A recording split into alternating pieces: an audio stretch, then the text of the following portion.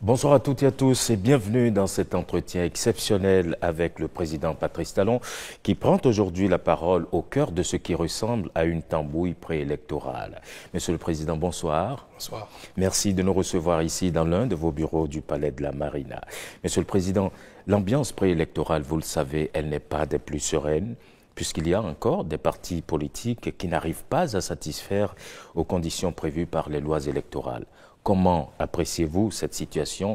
Et puis, avec le recul, est-ce que la réforme du système partisan n'est pas un peu trop exigeante? Je dois vous avouer que la situation dans laquelle se trouve la dynamique électorale ne m'enchante pas du tout. Elle porte préjudice à l'image de notre pays. Mais pour autant, il n'y a pas lieu d'indexer la réforme du système partisan, encore moins le code électoral. Les infortunes qui s'observent chez les démocrates sont-elles la conséquence d'un code électoral trop contraignant ou résultent-elles d'une main cachée, en l'occurrence celle du président Talon? Comme je suis devenu le souffre-douleur du président Boni Yayi et le bouc émissaire idéal pour tout ce qui ne va pas chez les démocrates, que puis-je dire pour ne pas être condamné? Je suis le coupable idéal. Mais avant d'aller à l'échafaud, je vais vous dire à vous toute la vérité. Tout ce que j'essaye de couvrir depuis fort longtemps, en raison de ma charge et de la réserve que cela m'impose. En effet, depuis 2016, mon prédécesseur, le président Boni Yayi, s'emploie avec beaucoup d'énergie à faire échec à toutes les réformes, quelles qu'elles soient, et à l'action publique, quel que soit le secteur. Avant 2016, tout le monde priait pour une réforme du système partisan. Nous l'avons engagée et j'en suis fier. Elle consistait à encourager, voire contraindre, les partis politiques au regroupement. L'FCBE, qui était à l'entame de la réforme, je crois le parti le plus grand de la centaine de petits partis que comptait le Bénin, avait l'opportunité d'absorber un grand nombre de ces petits partis et de devenir un grand parti d'envergure nationale, pour peu qu'elle en ait la volonté. Mais comme c'est une réforme engagée par Patrice Talon, pas question. Pas question que cette réforme prospère, même si la FCBE devait en profiter. De même, l'appel de Patrice Talon à entrer en partenariat avec la FCBE et à accueillir des cadres FCBE dans la gouvernance politique et technique du pays a été refusé à tous ceux qui ont estimé le contraire et ont montré leur disponibilité à collaborer. Tout cela ont été bannis. Cette volonté du régime de la rupture d'associer toutes les compétences et bonnes volontés, quel que soit leur bord politique, à la construction du pays, s'est manifestée très tôt, et ce, dès la formation du premier gouvernement. C'est dans cette perspective d'ailleurs que M. Jean-Claude Oussou, membre du staff de campagne de Lionel Zissou, a été appelé au gouvernement en qualité de ministre de l'énergie dès le lendemain de l'élection présidentielle. Beaucoup d'autres, en raison de leurs compétences techniques ou de leur leadership politique, ont été appelés pour servir le pays aux côtés de Patrice Talon, élu comme président de tous les Béninois et non comme président d'une partie des Béninois. Certains restés fidèles à la ligne du parti et de son chef, je parlais des FCBE, du président Yayi Boni, sont manifestement entrés en quasi-rébellion contre le nouveau régime, et ceux qui ont choisi de servir le pays à mes côtés ont été, comme je l'ai dit, purement et simplement bannis. Ce sont ces deux phénomènes, refus d'adhérer aux réformes politiques et refus de toute collaboration avec le nouveau régime qui ont conduit pratiquement à la scission des FCBE, puis à la création du parti Les Démocrates. Je résume. Et je peux vous dire que le point d'orgue de cette opposition radicale de principe a été atteint à l'occasion des élections de 2019. Mais de quoi s'est-il agi concrètement, Monsieur le Président? Mais vous n'avez pas manqué, en tant que Béninois, de suivre les événements, tout ce qui s'est passé au Parlement, puis à l'occasion de l'élection, avec les drames qui ont suivi. Souhaitez-vous que j'aille dans le détail? Allons-y, on veut bien comprendre, Monsieur le Président. Je crois que c'était en février 2019 que j'ai reçu ici au Palais l'ensemble des partis politiques représentés au Parlement. Parce que nous venons d'engager la réforme du système partisan. Les textes adoptés qui répondaient parfaitement à l'attente de tous avant 2016, ces textes ont commencé à être boudés par une partie de la classe politique, notamment l'FCBE d'alors. Et ils ont estimé que les nouveaux textes n'étaient pas convenables, trop rigides, et risquaient de ne pas les faire gagner des élections. Mais comme nous sommes au début du processus et qu'il fallait trouver un terrain d'entente, j'ai accepté que l'ensemble des acteurs politiques au Parlement se mettent ensemble pour trouver les textes qui, selon eux, permettraient à tout le monde d'aller aux élections sereinement, tout en engageant la réforme du système partisan. Ne pas rester au statu quo de notre passé connu, excusez-moi le terme, de pagaille politique, mais d'engager une réforme qui reste à la portée des uns et des autres. Des rencontres ont eu lieu au Parlement, sous la présidence de président Ongbedi, président de l'Assemblée à l'époque, et un consensus a été trouvé. L'ensemble de tous les acteurs représentés au Parlement ont abouti à un consensus. Et je crois que ce consensus a été consigné dans un document le 18 mars 2019. Ceux représentant l'opposition dans le comité sont allés voir le président Yaya Boni pour lui présenter le consensus. Mais tenez-vous tranquille. Le président Yaya Boni a refusé que le consensus soit adopté, que les tests prévus pour être votés afin non seulement d'engager la réforme, mais de permettre à tout le monde d'y aller plutôt aisément. Ces tests ont été refusés par le président Boni Yaye, qui a dit aussi, ceux qui sont venus le rencontrer, que les choses n'ont qu'à rester en l'état. Que si l'élection ne doit pas avoir lieu, elle n'aura pas lieu. Et que nous verrons bien. La mort dans l'âme, ses propres représentants revenus au Parlement ont indiqué que, bien qu'ils aient travaillé au consensus, bien que les nouveaux tests devaient être pris leur convenaient bien, mais que la ligne du parti ne permet pas d'avancer et de signer quoi que ce soit. Et encore moins de voter de nouveaux tests, puisqu'il était prévu que les tests changent. Je dois préciser que, à la suite des négociations au Parlement, tous les représentants de chaque camp, mouvance, opposition et consorts, comme je disais tout à l'heure, après avoir abouti au consensus, tous les représentants désignés avaient signé l'accord de consensus. Donc avant d'aller soumettre cela au président Yaya Boni. C'est parce que celui-ci a refusé qu'il n'est pas question que le consensus soit mis en œuvre, qu'ils sont donc revenus et ont dénoncé leur propre signature. Ils l'ont dénié finalement. Ils l'ont dénié, après l'avoir signé. Cela, je tiens à le préciser parce que c'était pour tout le monde, il paraissait évident que ce consensus soit mis en œuvre. Ouais. C'est pour ça que je crois que les représentants de l'opposition n'ont même pas estimé nécessaire d'aller solliciter l'approbation du document avant de le signer. C'était évident pour eux parce que tout ce qu'ils ont demandé a été pris en compte. Mais malheureusement, donc, l'approbation du président Boni Yaye n'a pas été obtenue et ils sont revenus au Parlement pour dénier leur propre signature et se retirer de la salle. Et d'ailleurs, à la mise en œuvre des tests, je crois, je n'ai plus le bon souvenir des choses, toutes les fois que cette question a été évoquée, ils sont carrément sortis de la salle. Alors, voter un nouveau test, il n'en avait rien à faire. Continuer avec les tests existants, pareil. Est-ce qu'il fallait bloquer le pays? S'arrêter là? On fait quoi? Avec le test existant ou de nouveaux tests, rien ne se fera. Le Parlement a continué avec les tests existants et nous sommes allés aux élections législatives 2019. Vous connaissez la suite.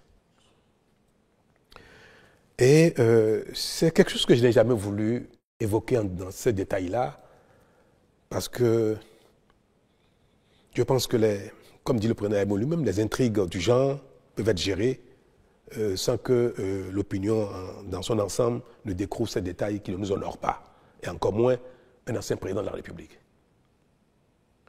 Mais je suis tenu à la fin de dire, que tout le monde m'entende, que ce qui s'est passé en 2019, c'est le président Aïboni qui a été le seul responsable. Il a empêché la tenue normale des élections, il a empêché les démocrates de participer aux élections. C'était l'FCBE à l'époque, parce qu'il a empêché que des tests consensuels soient mis en œuvre pour permettre une élection apaisée. Il a pratiquement empêché que les élections aient lieu dès l'adoption des tests au Parlement. J'ai assumé. J'ai été vu comme celui qui est à l'occasion, qui est à l'origine des violences électorales que nous avons connues. C'est mon rôle, je suis dans la charge, j'ai assumé. Mais ce qui se passe et qui continue de se passer ne peut pas me permettre de rester silencieux indéfiniment. Alors, je crois qu'à la suite de cet événement, nous avons eu droit à l'installation de ce Parlement qualifié de monocolore, la 8e législature. Donc, qui s'est installé sans la FCBE et qui a été qualifié de monocolore. Mais devrions-nous arrêter toutes les réformes en raison de cette situation? De l'opposition du président Aïboni Yahi, de faire partie du pays normal, ou bien fallait-il continuer à construire le pays en faisant les réformes, en espérant que la foi dont le président Boniaï se réclame finirait par l'assouplir. Nous prions tous et nous espérons chaque fois que le ciel nous accorde de faire de bonnes œuvres, de calmer nos pulsions, nos colères, pour qu'autour de nous, la vie soit confortable pour les uns et les autres. Et moi, j'ai espéré que cette foi finirait par avoir raison de la position du président Boniaï. Mais je crois que rien n'y fit. Nous avons donc décidé de ne pas arrêter le processus de mise en œuvre des réformes et nous sommes allés donc le plus loin possible pour rester dans la dynamique de l'aboutissement à un pays doté de grands partis politiques susceptibles de représenter toutes les régions du Bénin à l'occasion de chaque élection, que ce soit législative, communale ou présidentielle. Notre action, qui n'a pas manqué de continuer d'amadouer le président Boniaï et le FCBE d'alors, nous a amené à entamer, à convoquer un dialogue politique en octobre 2019. Alors l'intérêt de ce dialogue était de tourner la page de la non-participation des FCBE aux élections, de la violence qu'il y a eu, et qu'ensemble, nous repartions sur une nouvelle base avec des tests peut-être nouveaux, un peu réajustés. Disons que j'ai été constamment dans cette dynamique de rediscuter avec les uns et les autres, de trouver des compromis pour avancer. Presque tous les partis politiques existants au Bénin alors, en ce temps, qui ont été invités au dialogue, sont arrivés, y compris les FCBE.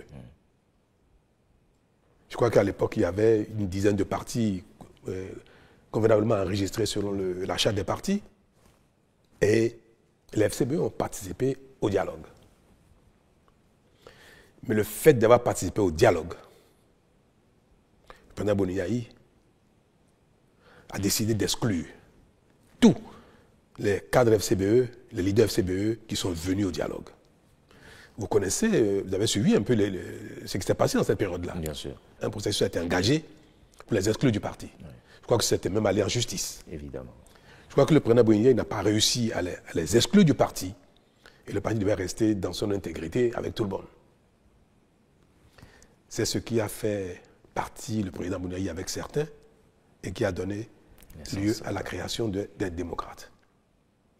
Donc ce parti est né du fait de la participation des FCBE au dialogue politique. Il ne fallait pas que les FCBE participent à des échanges dits dialogue politique. Voilà la situation dans laquelle nous avons été jusqu'à la création des démocrates en 2020, je crois. Oui, 2020. Je crois.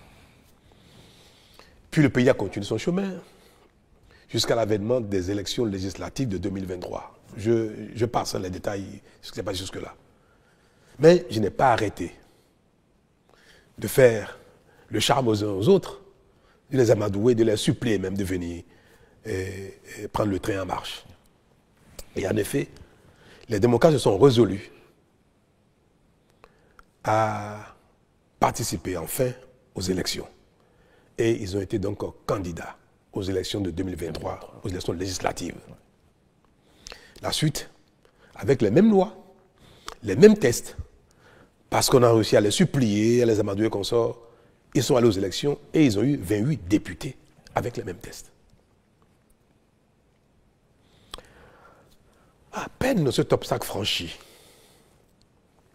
c'est-à-dire élection 2023 avec les nouveaux tests, que les prémices d'un contournement des dispositions mises en place ont commencé à apparaître ici et là, y compris dans mon propre camp. C'est-à-dire que après 1 an, 2 ans, 3 ans d'efforts, de sacrifices des uns des autres pour rester dans de grands ensembles et aller aux élections, je crois que nos démons nous ont rattrapés. Au sein de l'Union progressiste le Renouveau, qui est un parti qui me soutient, les velléités de liberté ont commencé à s'exprimer, à se faire voir. Pareil au Bloc républicain. Et encore davantage chez les démocrates qui venaient à peine de se constituer, d'aller aux élections et d'avoir des députés. J'ai même reçu en son temps une partie des cadres, des personnalités non moins importantes des démocrates qui m'ont prié, que maintenant que ils sont tous au Parlement, qui m'ont prié de revoir les seuils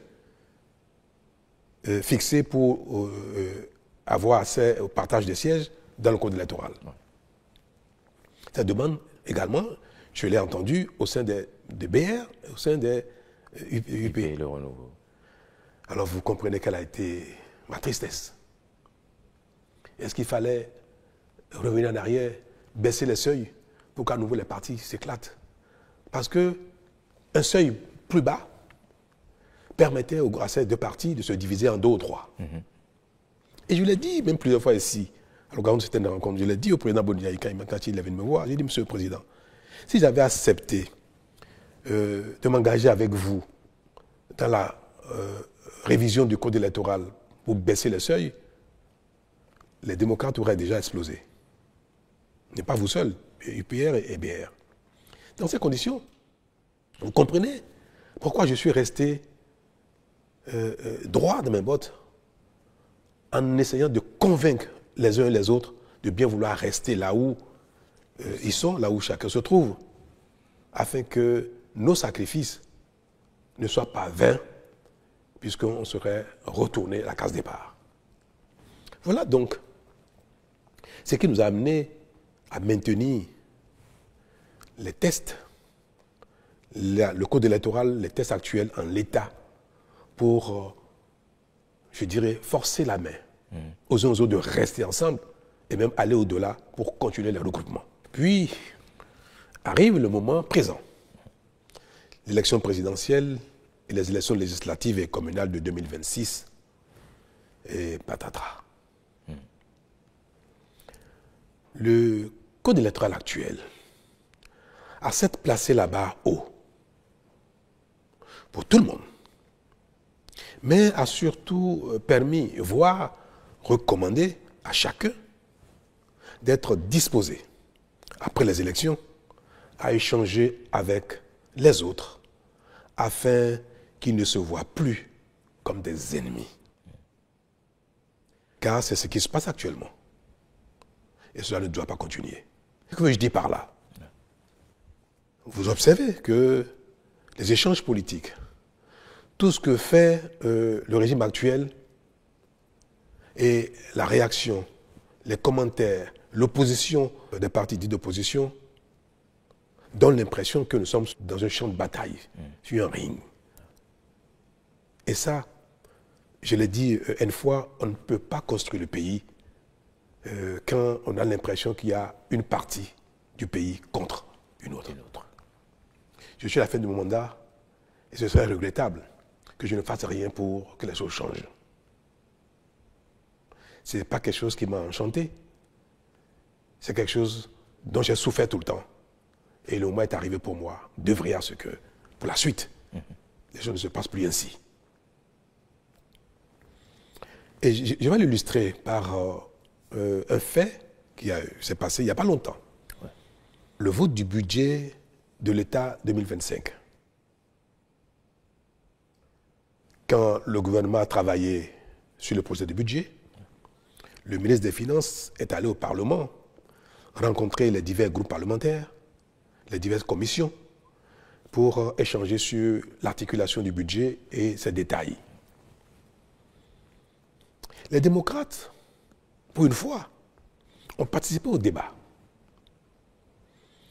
et ont fait des observations pertinentes et ont suggéré des modifications et des amendements au projet de budget. Le ministre des Finances s'est employé à prendre en compte la quasi-totalité des observations et des recommandations des démocrates. C'était une belle occasion pour montrer que le pays est un, indivisible. Et je profite pour l'en féliciter à nouveau, mais toutes les gymnastiques possibles ont été faites pour que toutes les ovations soient prises en compte et toutes les recommandations des démocrates soient intégrées au projet de budget. Le ministre est revenu au gouvernement, présenter la nouvelle mouture. Le gouvernement l'a approuvé entièrement dans son intégralité et a souhaité que le budget soit voté en l'état avec les nouvelles dispositions. Au vote, les démocrates ont fait exactement ce qu'ils ont l'habitude de faire, exactement le contraire de ce qu'ils ont souhaité. Quelques jours avant, ils ont voté contre le budget. Comment ça peut se comprendre? Et nous avons appris dans les coulisses que le compte rendu qui a été fait au président Yahya Boni pour solliciter son accord avant de voter le budget, que cet accord n'a pas été obtenu et que le président leur a interdit de voter le budget, bien que celui-ci ait pris en compte la quasi-totalité de leurs observations et recommandations. Ce n'est pas acceptable. Et vous voulez que, passant la main, je ne sais pas à qui, que je ne recommande pas que le pays continue ainsi. On a l'impression que la compétition politique s'exerce dans une adversité éternelle. Qu'après les élections, les partis ayant été en course deviennent des ennemis. Mais ça ne se passe nulle part comme ça. C'est vrai. Cela arrive quelquefois dans quelques endroits du monde. Mais pour un pays où tout est à construire, le consensus est indispensable pour non seulement faire les efforts nécessaires, engager nos populations dans les efforts, présenter aux partenaires de développement que nous sommes, nous voyons tous le développement du pays comme un impératif et que nos guerres ne sont pas de nature à empêcher les grandes actions et notamment un budget. Vous voyez ce qui se passe en France? La France peut se permettre de ne pas avoir un budget. Le pays est grand. L'industrie, le commerce fonctionnent parfaitement sans l'État. Et l'État n'est pas le principal acteur économique. Au Bénin, la paralysie de l'État serait une catastrophe. Donc on ne peut pas. Pendant qu'ailleurs, les gens s'entendent, qu'ils soient de bords différents, pour travailler ensemble, pour trouver un consensus, on ne peut pas ici, même si un consensus est trouvé, dire que nous sommes des ennemis et dire qu'il faut que le pays soit bloqué, paralysé, pour peut-être qu'il y ait des élections anticipées, ou qu'il y ait des coups d'État, ou qu'il y ait je ne sais pas quoi. C'est malheureux. Et je prie tous les dieux pour que l'avenir du Bénin ne se conjugue plus en de tels combats politiques et autres, en de telles dynamiques de confrontation éternelle. Et c'est bien pour ça que je suis aujourd'hui favorable à ce que nos tests, le code électoral et autres, obligent les gens, certes à aller en compétition, mais à travailler après ensemble pour l'intérêt national. Et je l'ai dit aux jeunes que j'ai rencontrés il n'y a pas longtemps ici au Palais. Il dit, mais qu'est-ce qui oppose UP-BR? Qu'est-ce qui oppose UP-BR et les démocrates? Qu'est-ce qui nous oppose fondamentalement? Si ce n'est une question de feeling. Nous avons les mêmes besoins d'eau, d'électricité, de routes, d'emploi, de bonne santé, d'éducation. Et ces choses-là ne relèvent pas d'une idéologie. On peut aller à la compétition, mais on peut travailler ensemble. Et le monde va ainsi. Regardez en Allemagne. Nous avons vu pendant longtemps que la CDU et le FDP, je crois, qui ont souvent des partis challengers, qui se challengent, qui vont aux élections ensemble, c'est-à-dire les uns contre les autres, une fois les élections finies, ils se mettent ensemble pour gérer le pays. Et chacun apporte sa pierre à la réflexion, chacun apporte sa contribution à la définition de la politique nationale. Et on peut observer que, à la suite de ça, la même CDU avec le SPD, pareil. Partout dans le monde aujourd'hui, regardez en Europe, on observe bien que les populations ont beaucoup évolué, les peuples ont évolué, la dynamique démocratique a évolué, les libertés ont évolué. Donc, il n'est plus convenable qu'un seul camp dise qu'il détient la vérité et qu'il s'impose aux autres. Il faut mettre les vérités ensemble pour construire un pays. Mais mettre les vérités ensemble requiert dans un système démocratique que d'abord les vérités se confondent dans les urnes. Une fois que l'un a gagné, parfois on peut gagner une élection à une voix après. 49,49% peuvent perdre au profit de quelqu'un, d'un groupe qui a fait 51,01%. Ça ne veut pas dire que les 49% ont tort. Non, il faut que pour construire le pays, les responsables, les divers leaders se mettent ensemble d'une certaine façon pour définir la conduite du pays, chacun dans son rôle, chacun dans son couloir, chacun selon ses compétences. C'est bien cela, et de ça qu'il s'agit. Et c'est pour ça que j'ai dit aux jeunes, mais demain, après les élections, si les démocrates gagnent, pourquoi ils ne travailleraient pas avec l'FCBE? Pourquoi pas aussi avec peut-être UP-BR? Que si le BR gagne les élections, UP, pourquoi ils ne travailleraient pas avec les démocrates, soit au Parlement, soit même dans un même gouvernement? Moi, j'ai fait ça. C'est des choses qui peuvent arriver si, pour autant que les uns veuillent bien le faire. Le code actuel prescrit cela.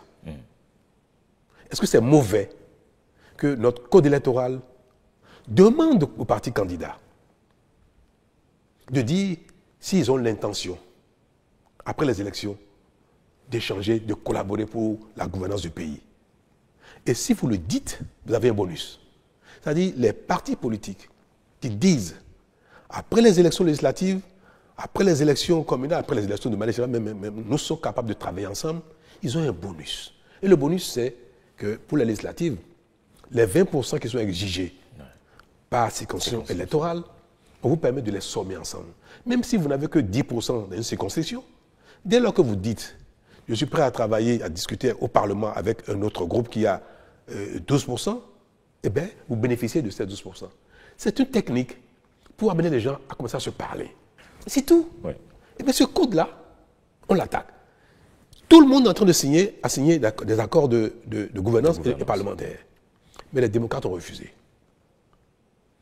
Le président Yaïboni a refusé que les démocrates signent un quelconque accord avec qui que ce soit, y compris la FCBE. La FCBE est une partie d'opposition, même modérée. C'est un parti d'opposition. Si les démocrates avaient signé avec la FCBE un accord de gouvernance et accord parlementaire, le duo candidat à l'élection présidentielle des démocrates ne serait pas tombé. Malgré la défection d'un de leurs. Oui. Parce que la FCBE dispose, je crois, de 6 ou 7 combien de parrainages. Les parrainages de la FCBE auraient permis aux démocrates d'être présents aux élections. Donc ils ont choisi de marcher sur la corde raide, sur le fil du rasoir. Ils se sentent si forts, c'est très bien. Mais en ce moment, quand on a choisi de marcher sur un fil et qu'on tombe, il ne faut pas chercher les boucs émissaires ailleurs. Je suis malheureux de le dire et de le répéter. Je suis malheureux que les démocrates n'aient pas l'élection présidentielle. Ils avaient la possibilité de le faire. Ils pouvaient signer un accord avec l'FCBE. Et moi, j'ai demandé même à l'UP et au BR de rester disposés à signer avec les démocrates un partenariat ou un accord de gouvernance. Si je l'ai dit publiquement, devant le peuple, avec les jeunes, c'est parce que c'est ma consigne. Et je l'ai dit pour que les cadres des deux partis UPBR entendent publiquement que le président de la République, qui est aujourd'hui le chef de la majorité, souhaite que UPBR puisse signer avec n'importe quel autre parti, compris les démocrates. Je l'ai dit publiquement. Ouais.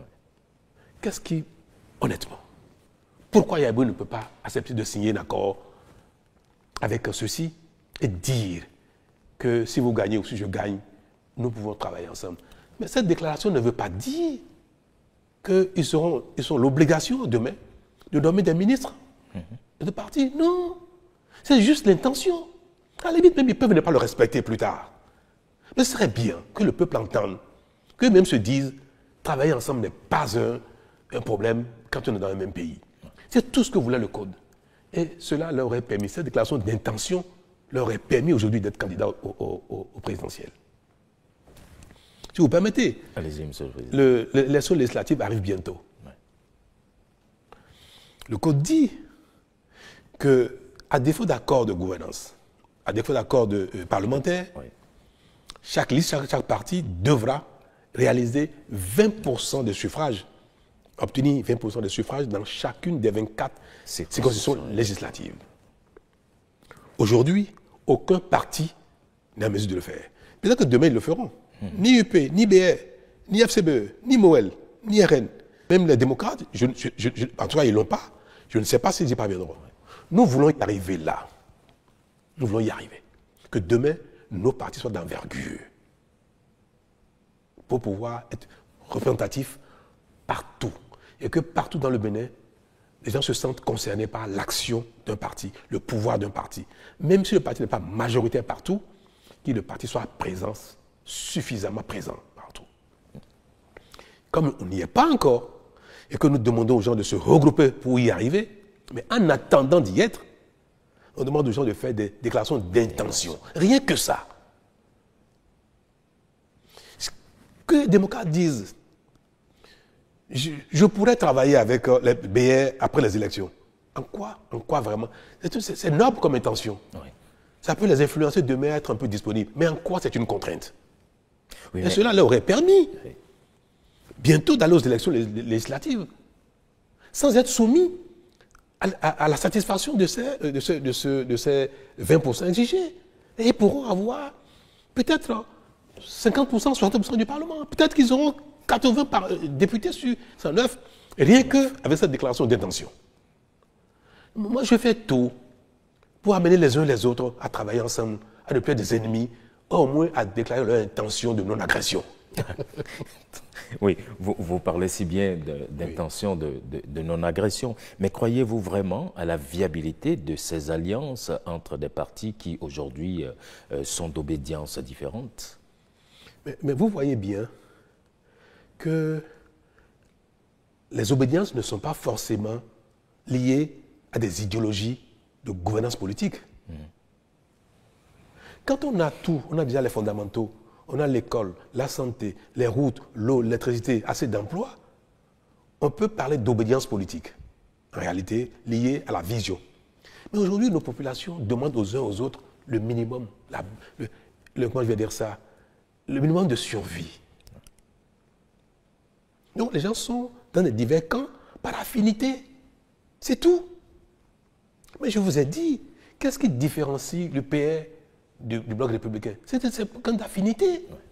Qu'est-ce qui fait que les démocrates ne sont pas ont quitté l'FCBE? Pourquoi à l'époque les FCBE et Yaïbouni ne sont pas venus avec moi? Parce qu'il y a un problème à Yaïbouni et à Patrice Talon. Le seul problème que les FCBE ont eu dans le passé, quand ils étaient dirigés par Yaïbouni, le seul problème que les démocrates ont aujourd'hui, dirigés par Beni Yahi, c'est parce qu'il y a un problème entre Patrice Talon et Yaïbouni. La guerre entre mon ami, mon grand frère, l'ancien président et moi, est en train de pourrir l'environnement politique au Bénin. Même l'environnement social. En train de pourrir même la paix et la quiétude, la concorde. C'est dommage. Vivement les élections de 2026 pour que nous quittions la scène politique.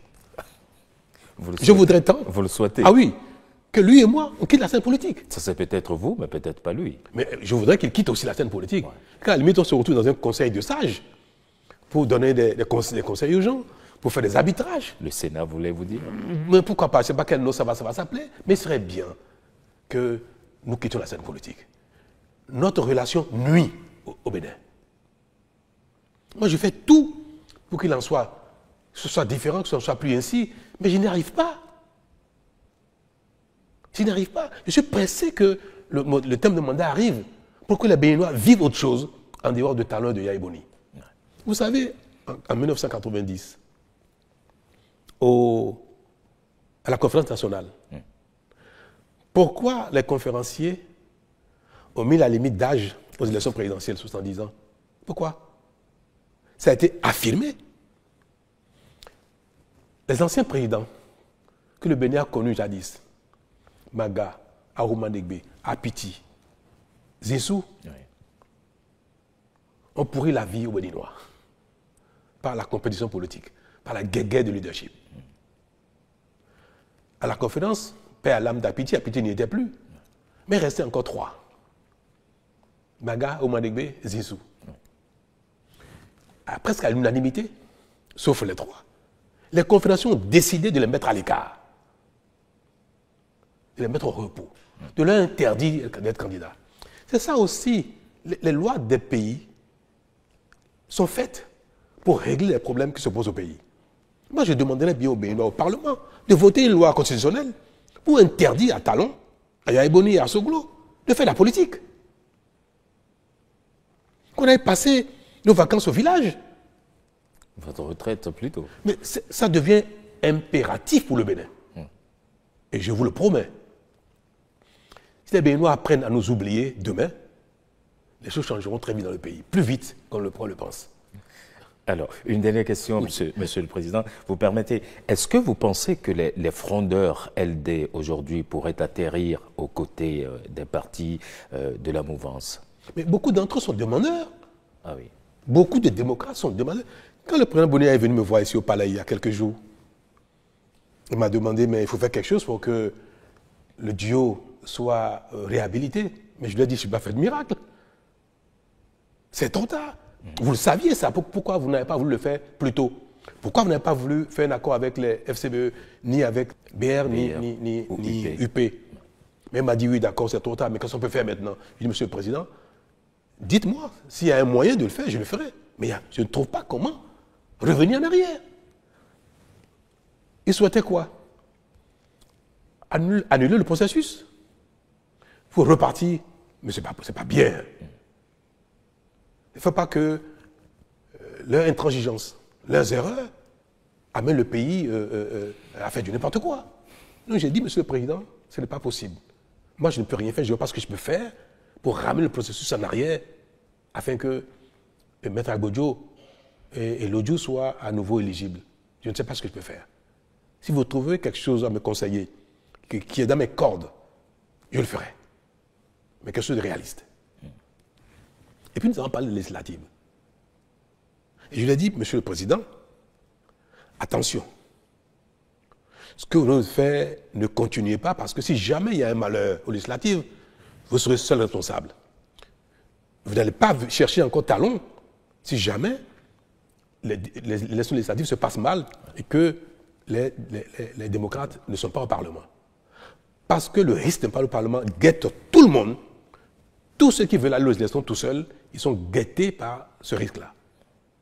Et si ça arrive, et il m'a dit, le président Bouniaï, j'ai entendu dire que j'ai dit que je veux que tout le monde aille au BR ou à l'UP. Mais ce que je lui ai dit, c'est simplement que les uns et les autres discutent, que les démocrates peuvent discuter avec UPBR, mais discuter avec CBE pour faire une déclaration d'intention, d'amour. Même si l'amour ne se consomme pas après, parfois la déclaration peut suffire. Pour qu'il n'y ait pas ce risque-là. Il est parti d'ici en me disant qu'il me reviendrait là-dessus et qu'au besoin, je pourrais aider à ce que les UPBR acceptent de le faire. Le débat a eu lieu chez les démocrates au lendemain de son arrivée ici. Le débat a eu lieu. Certains ont dit « Alléluia, il faut le faire ». D'autres ont dit non. Et in fine, le président Bouniaï lui-même a dit non.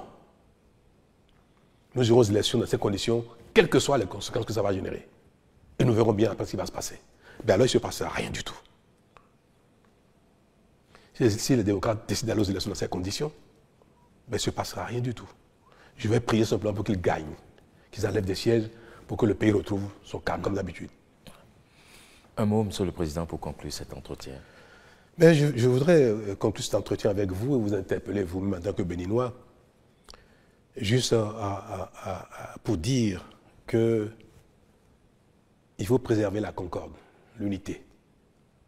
Et il faut que chaque personne, chaque leader, chaque Béninois qui, dans sa vie sur cette terre, finit d'accomplir sa mission, un rôle donné pendant un temps, qu'il veuille que ceux qui vont le succéder, quelles que soient les conditions, puissent réussir pour l'intérêt général. Que celui qui part ne souhaite pas le chaos après lui.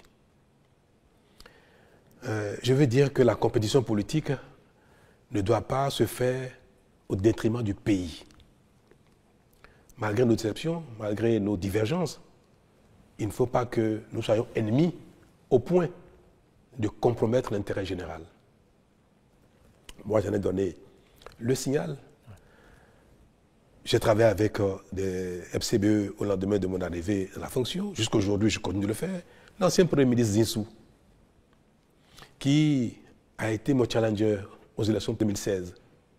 Aujourd'hui, il travaille avec le Bénin, il travaille pour le Bénin. Il fait des choses extraordinaires. Moi, je suis admiratif de ce qu'il fait. Il nous accompagne beaucoup, il nous aide beaucoup. Il aime son pays. Moi, j'ai pu, en 2016, même mal juger sa capacité à se donner pour le Bénin. Et j'observe, il n'est pas président, mais il fait des choses extraordinaires pour le Bénin. Et ça, vous voyez, s'il avait suivi Yaya Boni, il nous aurait privés de ses compétences. Il nous aurait privés de tout ce qui nous apporte dans le succès de notre action. C'est ce que je voudrais que chacun fasse. Qu'on soit d'un bord ou de l'autre. Quand c'est le pays, on peut servir le Bénin. On peut ne pas être d'accord avec Talon, Patrice. On peut ne pas être d'accord avec la rupture. Il ne faut pas saboter le Bénin. Il y a un monsieur qui fait des posts sur les réseaux sociaux, qui est un poulain du président Yaya Boni, un projet démocrate. Un protégé, un poulain, je sais de quoi je parle, Yaya Boni, qui raconte sur les réseaux sociaux que nul ne doit aller investir au Bénin. N'allez pas au Bénin, vous serez escroqué, vous serez broyé, vous serez mis en prison. Les Béninois sont des voleurs, ils vont vous voler, ils vont vous escroquer. L'État même du Bénin va vous escroquer aussi, vous serez broyé. C'est un Béninois qui est un des sympathisants démocrates, un proche du président Yaya Boni, qui dit de pareilles choses sur les réseaux sociaux. Mais j'aurais voulu dire au président, mais dites-lui d'arrêter, c'est pas bien, parce qu'il ne porte pas préjudice à Talon, c'est le Bénin. Il dit aux gens de ne pas venir au Bénin, n'allez jamais au Bénin. Alors, quand je vais partir, il dira quoi? Ah bon, le diable est parti, maintenant vous pouvez aller au Bénin. Mais il aura impacté négativement le Bénin. Il impacte le Bénin négativement. Quand le président est venu me voir il y a quelques jours, Permettez que j'aille dans ce détail de conclure. Il y a des web activistes qui sont dans la même dynamique, qui seraient en détention aujourd'hui.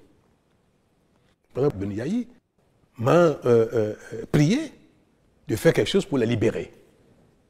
Je dis, mais je fais quoi, Monsieur le Président? C'est la justice je ne commande pas la justice en cette matière. Il me dit, non, faites quelque chose parce que quand ils vont sortir, ils ne recommenceront plus. Je dis, ah bon, Président, vous pouvez en jurer? Il m'a dit oui. Et c'est alors que je lui ai dit, ah bon, donc vous êtes commanditaire. C'est pas bien. C'est pas bien. Donc, je veux donner un mot de fin pour exhorter les uns les autres, exhorter les démocrates à être disposés à tout, disposés à ouvrir. Et je veux interpeller surtout ceux que j'ai vus démissionner des démocrates. C'est malheureux qu'ils aient démissionné. C'est dommage.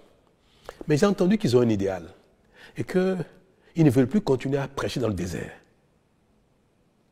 Et ça, moi, ça m'a touché. Et j'ai ici un message pour eux. C'est que si leur idéal ne peut pas prospérer dans le groupe politique actuel et qu'ils sortent de ce groupe-là, il ne faut pas que leur idéal meure. Il faut qu'ils continuent de le promouvoir. Mais le meilleur moyen de promouvoir un idéal politique, c'est d'être acteur politique. Et c'est pour ça que, sans état d'âme, je vais inviter le ministre d'État Wadaye, candidat aux élections présidentielles. Je vais inviter l'Union progressiste de Renouveau. Je vais inviter le Bloc républicain, Moël Béné, RN, pour les rencontrer, discuter avec eux et leur permettre même de s'exprimer leur idéal dans un cercle plus large. Parce que ce que je prône depuis, c'est d'ouvrir le champ des discussions politiques, d'ouvrir les cercles de rassemblement politique. Et il ne faut pas les laisser en rade, parce qu'ils n'ont pas trouvé bonheur là où ils sont. Mais ils sont des acteurs politiques, ils continuent de vouloir défendre un idéal, il ne faut pas les laisser en rade.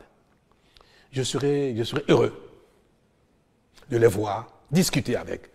Et je voudrais également que d'autres démocrates qui sont encore dans le parti influencent le président Boni Yayi, influencent les faucons du parti pour qu'ils ouvrent des discussions avec les FCBE, avec BA, avec UP, pour que les compétitions électorales ne fassent pas de nous des ennemis. Et ça, telle est ma prière. Et je vais, demain ces jours-ci, agir pour ça. Je veux le ministre Wadaye, je lui dirai qu'il doit le faire. Je veux le président Djogbenou, Biochane, Ayadji et Mme Prudencio, je vais leur dire qu'il faut aller parler avec ceux qui ne pas trouver leur bonheur et qui sont sortis pour que le Bénin continue de rassembler ses fils qui ont de la vocation politique pour travailler ensemble pour le Bénin. C'est ma volonté, c'est ma prière. Merci beaucoup, Monsieur le Président. Merci. Merci à toutes et à tous. À très vite.